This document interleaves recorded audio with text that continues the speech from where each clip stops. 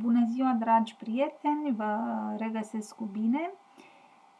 Astăzi vă voi prezenta o aplicație foarte utilă, mai ales pentru cei care au nevoie de print screen-uri în activitatea lor. Și este o aplicație foarte drăguță, mai ales că ne permite să realizăm print screen-uri personalizate. Aplicația se numește Lightshot. O găsiți la adresa de web pe care vă las în descriere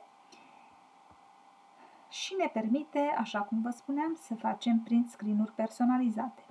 Aplicația trebuie instalată pe calculator și se va descărca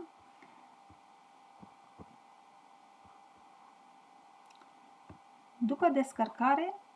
O veți instala. Eu nu o voi mai instala din nou pentru că o am deja instalată,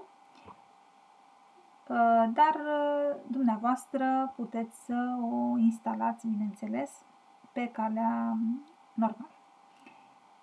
Haideți să vedem ce puteți face cu aplicația aceasta. După instalare, apăsați tasta Print Screen, selectați zona pe care doriți să o selectați de pe ecranul dumneavoastră. Puteți adăuga texte, săgeți,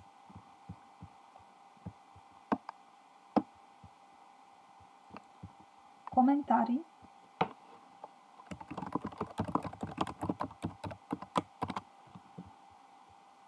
și tot felul de alte anotații.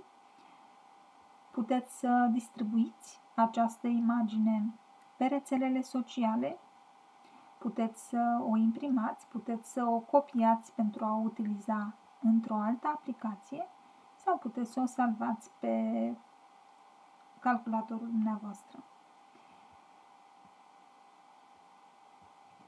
Cred că este o aplicație extrem de folositoare și sper să vă fie de folos această informație.